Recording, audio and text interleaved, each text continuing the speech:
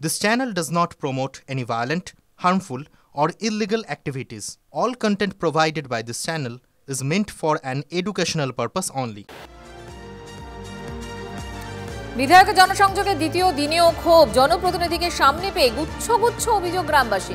লোকসভা ভোটে কেন হার কারণ খুঁজতে জনসংযোগ চুঁচুড়ার বিধায়ক অসিত মজুমদারের। দ্বিতীয় দিনে কোদালিয়ার সিঙ্গিবাগান এলাকায় যান তৃণমূল বিধায়ক, সেখানেই রাস্তা, পানীয় জল, আবাস নিয়ে ক্ষোভ উগরে দেন বাসিন্দারা। জলটা মানে দেরিতে দেয়, গাড়িটা নিয়ে কোনটা কোনটা টাকাবার জন্যই তো এসছি পাগল, টাকাবার জন্যই তো এসছি বল। জলের পাম্প করা আরম্ভ হয়ে যাবে 10 দিনের মধ্যে। আরে ভাই পাম্প করছি এখানে। আরে বাবা দাদা কথা দিয়েছে, একটু টাইম দিন, 10 দিনের মধ্যে পাম্প আরম্ভ হবে। এসে তো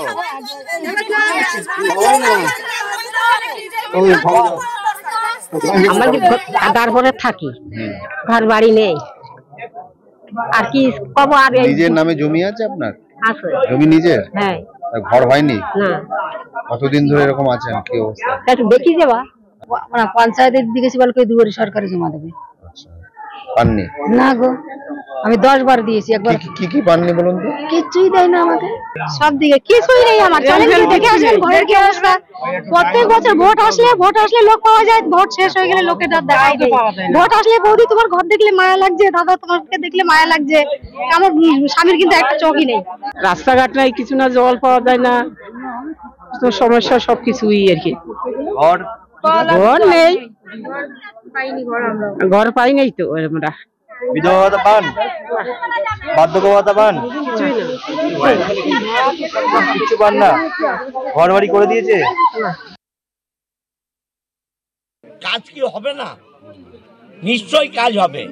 পঞ্চায়েতের কোন ফান্ডের যে ক্ষমতা, তার মধ্যে আমরা করব।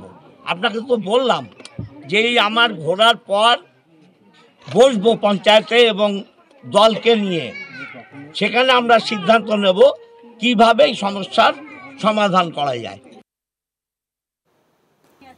পঞ্চায়েত জিতেছে বিজেপি, তাই বিধায়ক কাজ করছে না, এরকম একটা অভিযোগ উঠছে। গতকাল এবং আজ একই ছবি দেখা যাচ্ছে, যেখানে উন্নয়নের দাবিতে প্রতিবাদ করছেন নতুন পাড়ার মানুষজন।